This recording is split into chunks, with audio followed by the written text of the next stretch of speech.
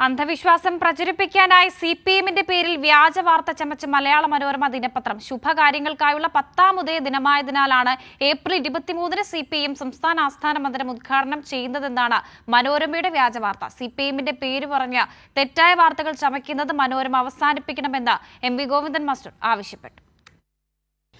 LDF സർക്കാരിനും CPIM-നുമെതിരെ മനോരമ ചമച്ചുകൊണ്ടിരിക്കുന്ന വ്യാജ വാർത്തകൾ ഒന്നിനു പിന്നാലെ ഒന്നായി പൊളിഞ്ഞുകൊണ്ടിരിക്കുകയാണ്.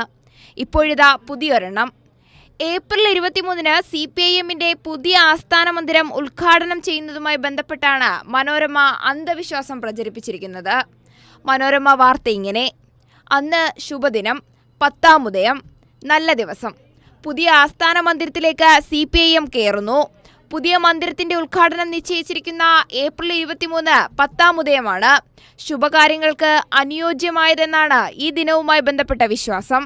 പിണറായി വിജയൻ എന്ന കേരളത്തിലെ തിരക്കുള്ള ഒരു രാഷ്ട്രീയ നേതാവും മുഖ്യമന്ത്രിയും ഒരു തീയതി നൽകുന്നതിന് വേണ്ടി ഞങ്ങൾ 22, 23, 24 രീതിയിൽ ഏതെങ്കിലും ഒരു ദിവസം ഒന്നാണ് പറഞ്ഞത്.